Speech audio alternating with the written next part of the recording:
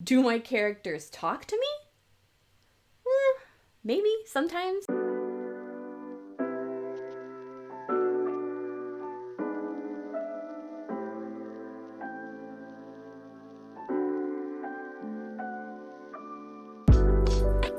Hey friends, today we're going to dig into one of the most important aspects about writing. It's the foundation of pretty much everything I'm going to talk about on this channel. We're going to talk about plot. I want to be clear here. We're not really going to get into characterization or how to build good characters or world building or how to set place, even though that's really important when you're writing a book. That's not exactly what we're going to focus on today. Those elements are essential for good story, but today we're going to focus on my preferred method for how I go about laying out the plot for an entire book.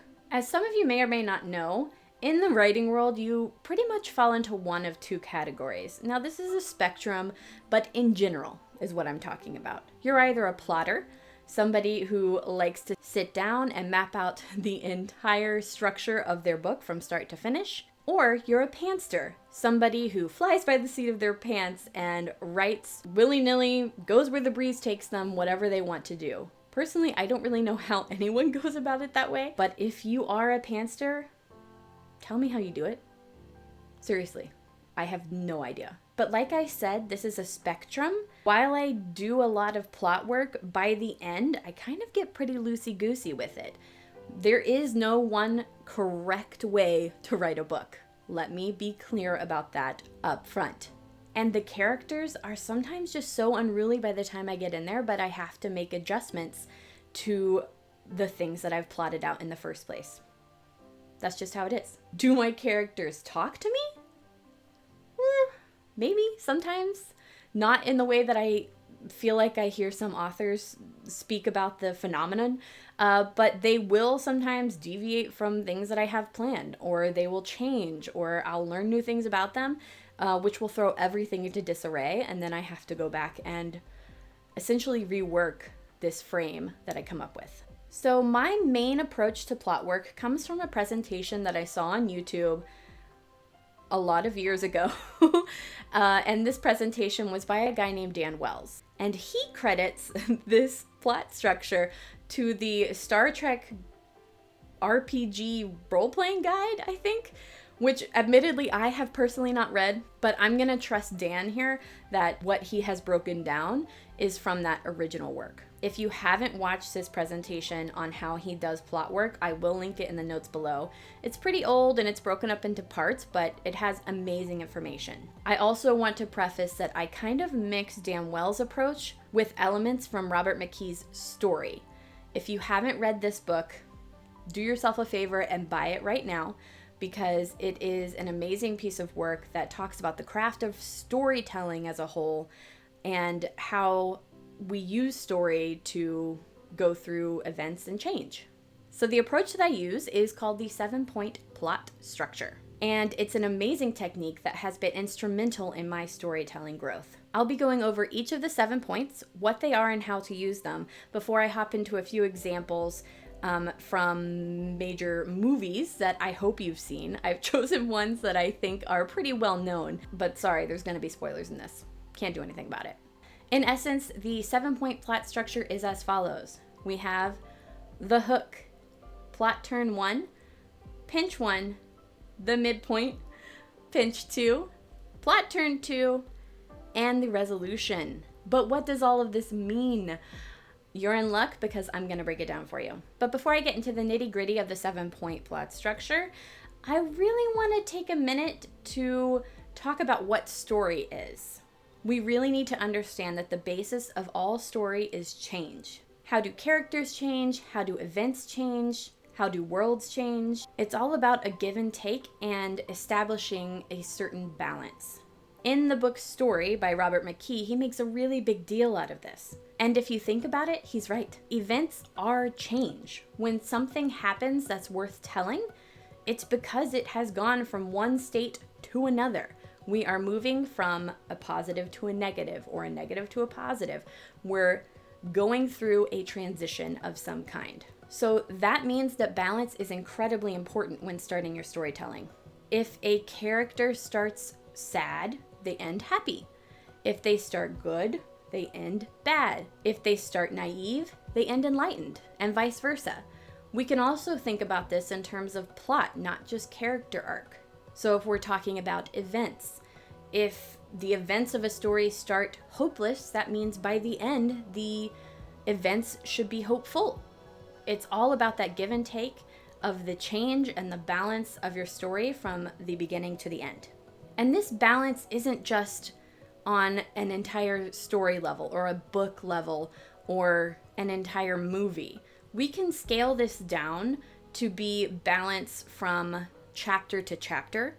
So if a chapter starts positive, it should end negative, and vice versa, or even scene to scene. You could go paragraph to paragraph.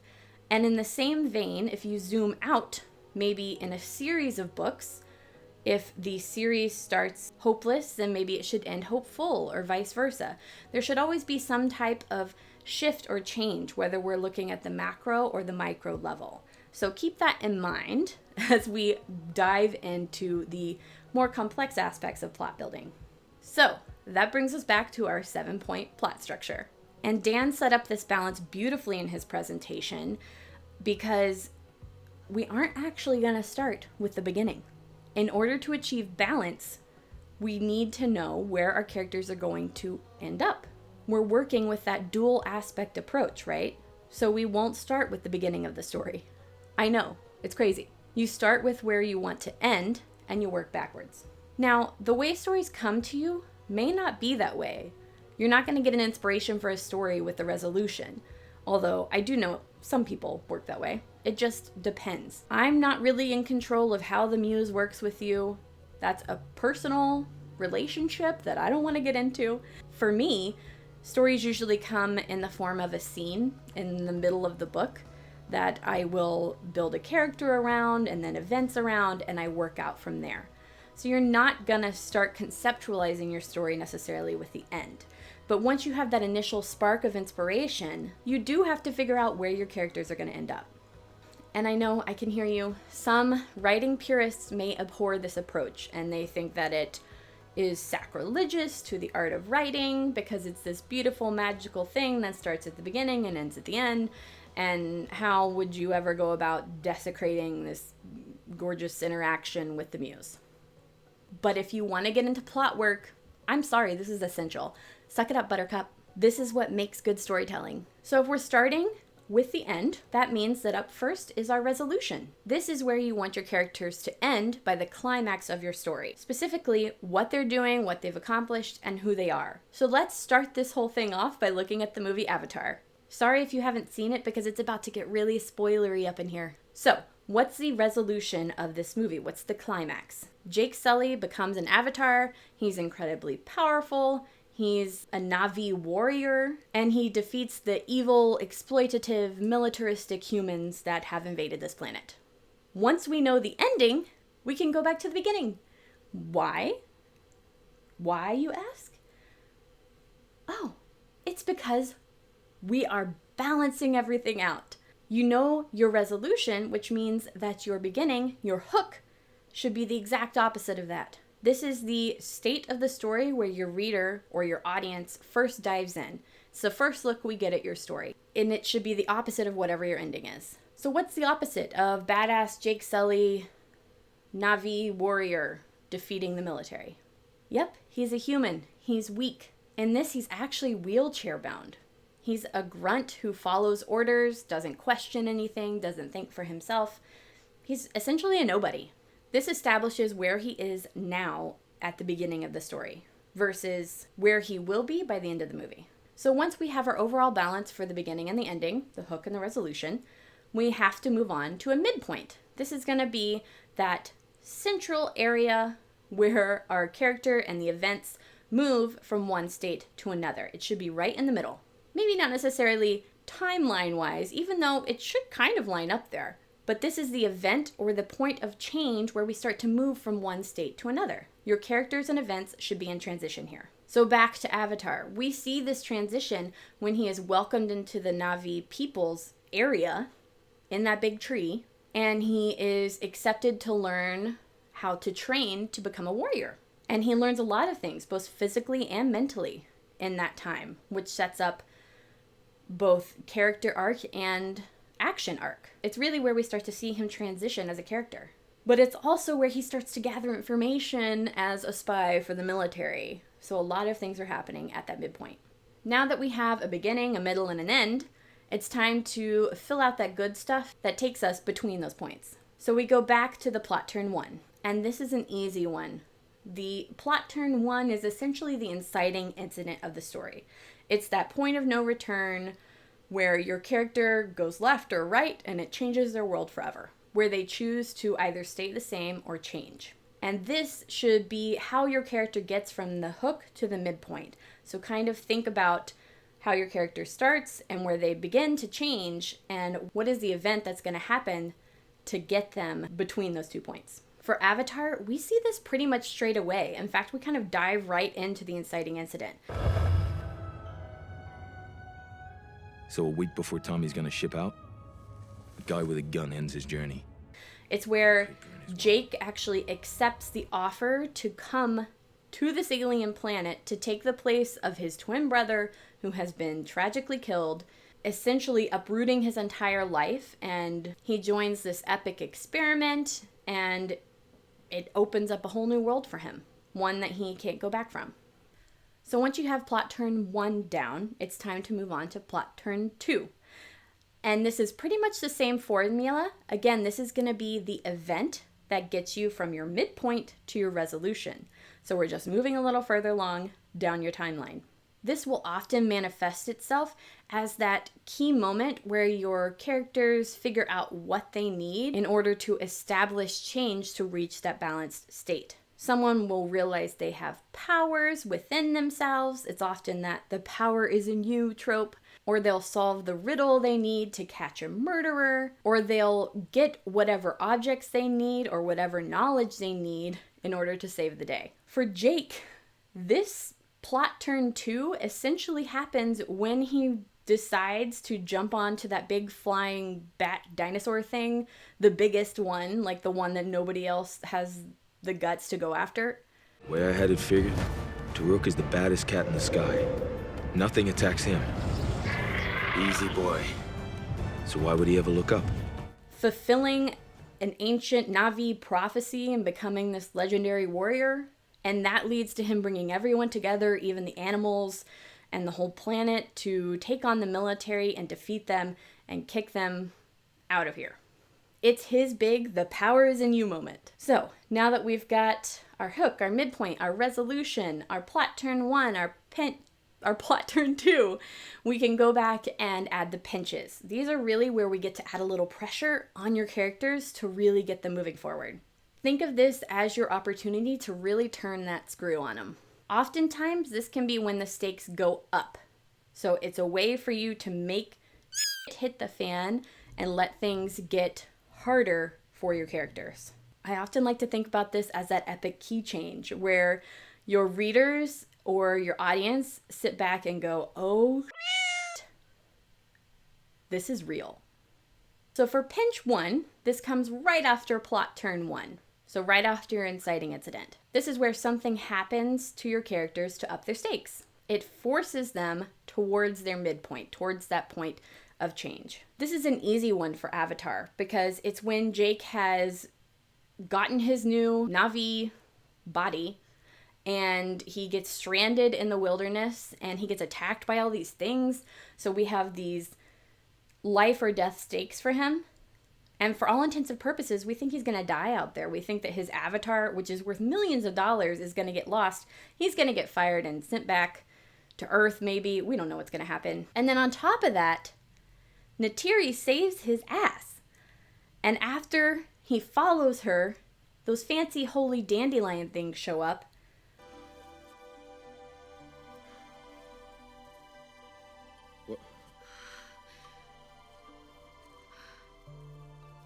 What are they? Seeds of the sacred tree. Very pure spirits. And we realize that there are real-world stakes, and Jake may be more important than he thought. Even he realizes it. If you thought pinch 1 was bad, pinch 2 takes it over the edge. This is the real deal. You need to stress the out of your characters. This is defined most of the time as that all is lost moment. The hits the fan, things go wrong, your mentor dies, and your protagonist has to go on alone. Your character should be under the most pressure at this point in your story. This is the opportunity to really apply that pressure to manifest an evolution towards change. Again, this is easy in Avatar. It's when the military attacks the Na'vi people, intending to take down that big tree, which Jake has sold out as the cornerstone of their religion, essentially. He loses access to his avatar body. He loses his girlfriend. With you. With you. I trusted you. Trust me now, please.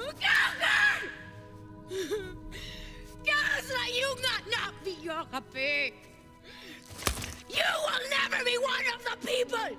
The military destroys the tree. Everything's burning. It's really horrible. He's gonna lose everything.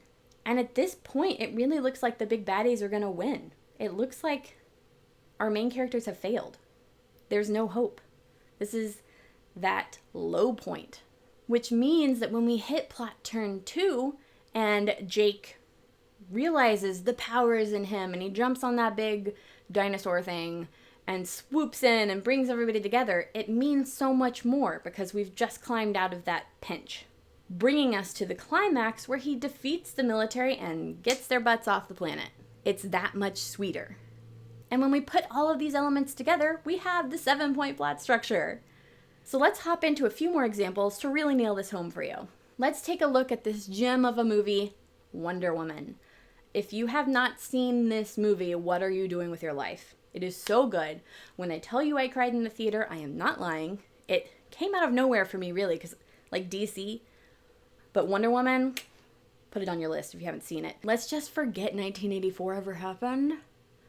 Like, the movie, though, not the year. I'm sure it was fine. I wasn't alive then, but, you know. So first, the hook. Steve is alive. Diana is naive. Innocent girl with some powers living on this island in the middle of nowhere. The world is at war.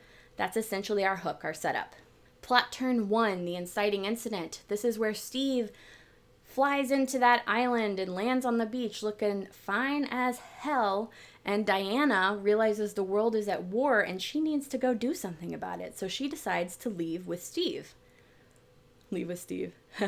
This is literally a point of no return for her because once she leaves that island, she can never come back. Like her mom tells her. You know that if you choose to leave, you may never return. Who will I be if I stay? It's really sad.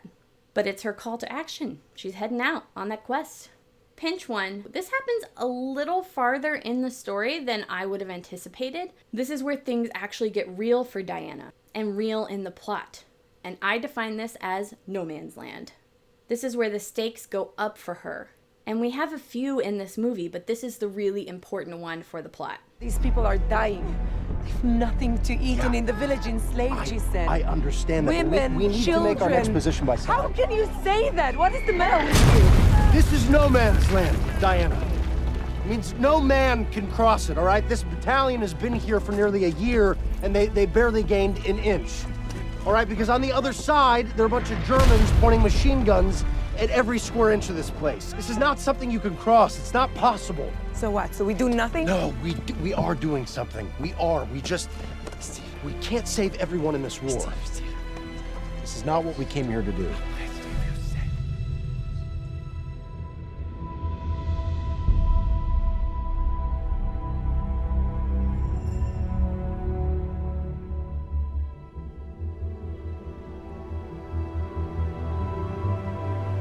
No. But it's what I'm going to do. She makes a decision to do things her way and essentially tells Steve to hold her purse while she goes to kick ass. The midpoint comes when she actually confronts those generals at the party, kind of trying to follow through with their plan to stop the war. Diana is fully set to kill this guy. Steve has his own agenda. We're really in a shift where things are happening on a lot of different levels to move us towards the resolution. Oh my gosh. And then Pinch 2 occurs. What is the worst thing that could happen to them to put pressure on them? Killing the baddie doesn't stop the Nazis. It doesn't stop the war. Her sword is not the god killer. It actually dissolves into dust when she tries to use it. And this is the really big part of this pinch. Steve, the guy that she has fallen in love with, dies.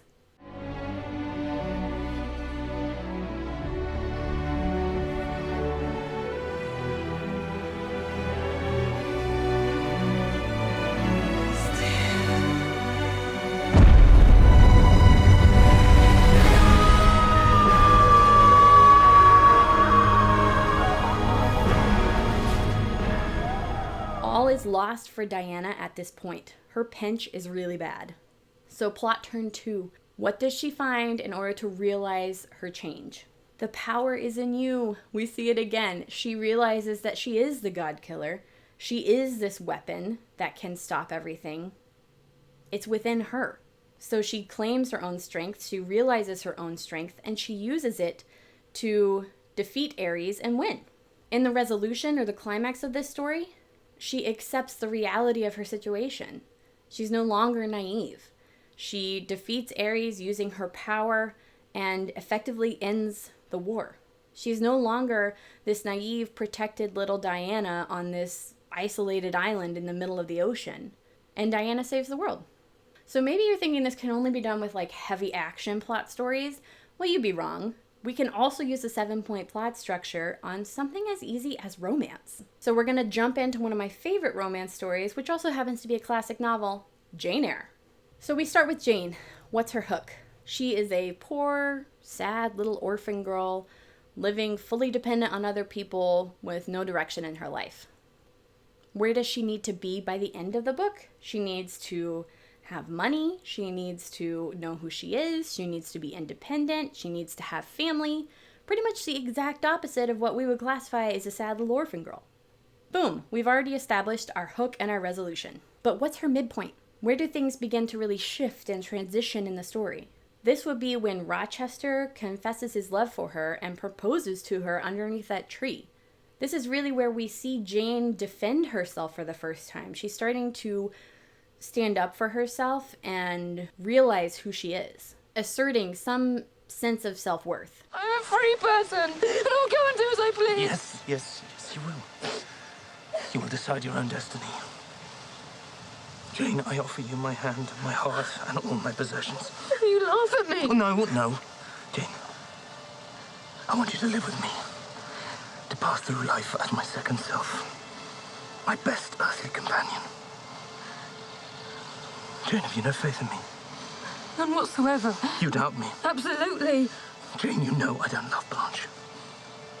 I love you. Like my own flesh. Jane, say that you will marry me. Say it quickly. Jane, you accept me? Are you in earnest? I can hardly believe you. I swear. And then there's that epic tree scene, which is freaking brilliant. Lightning strikes this tree down the middle as this big metaphor, literally splitting the tree in half. I think it's an awesome way to like mark the center of the book, the center of the transition, and also kind of like really foreboding for what is going to happen in the book. Now let's fill in those plot turns. Plot turn 1, how does she get from sad little orphan girl to being proposed to by Rochester? The inciting incident, this is her point of no return, that's when Jane accepts the job offer to go work at Thornfield Hall. And she meets Rochester on that really misty day, and he's all sexy on his horse, and he falls off, and there's this whole... Miss Jane Eyre?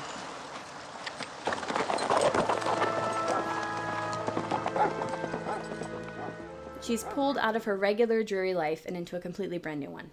For pinch 1, that's when things really get real for her. Remember, it's where we up the stakes. So in a very real sense, we see some action here where Rochester's room catches on fire and a mystery is unveiled. And this is where the sexual tension starts to really play up for her and Rochester, and she starts to fall in love with him. This is the beginning of their attraction, the beginning of their little story. But of course, we have to add a little pressure onto that, right? So we introduce Blanche Ingram, who forces their hands, essentially. It forces Rochester to figure out what he wants, and it forces Jane to admit that she has feelings and she is a free and independent person. Pinch 2, of course, happens right after the midpoint, and this is where things are at an all-time low. And boy, is it a doozy. We find out Rochester's married. The marriage cannot go on. I declare the existence of an impediment. Ladies and gentlemen, may I introduce you to my wife? And he's been keeping his wife in the attic. But not only that, Jane nearly dies when she decides to run away from him and is stranded on the moors. We think all is completely lost. She's lost her opportunity for marriage. She's lost her potential to have a comfortable life. She's lost her independence, and we think she's going to lose her life. But here comes plot 2 to save the day and round everything out. This is where Jane figures out what she needs in order to get to that resolution. So she's saved by some nice people, and then pretty soon after that inherits a bunch of cash from a relative she didn't know she had. She finds out that the people who saved her are actually her cousins. You are a strange young woman. I tell you you've inherited a fortune and you're very serious. I tell you something of little importance and you dance with excitement. You have 2 sisters. A mere half-cousin may be of no importance to you, but to me, I have no one. I have never had anyone. So she gets money, she gets some family, and she figures out who she is. She realizes what she wants. This gives her independence and wealth, enough that she can return to Rochester and effectively save him from the sad, depressing guy he's become now that his wife has died and he's living alone and he's blind and wounded and all that. And they get married and have kids and they're happy, and she gets her happy ending. See, I told you we could apply this 7-point plot structure to a variety of different stories. It works literally for everything. Okay, so I thought this was just going to be one video, but there's so much information that I think I'm going to have to break it down into 2 parts. So we just went over the full 7-point plot structure in detail, but the next step is to take it up a notch. We're going to take it to the next level. So trust me when I say you're going to want to watch part 2. We'll be going over how to break down a story into multiple plot threads and weave them all together so that they make a bigger impact on your audience. And don't forget, if you want to see more content from me, hit that like and subscribe button so that you can stay up to date on all the new videos that I'm putting out. Thanks so much for watching, and I hope to see you guys next time.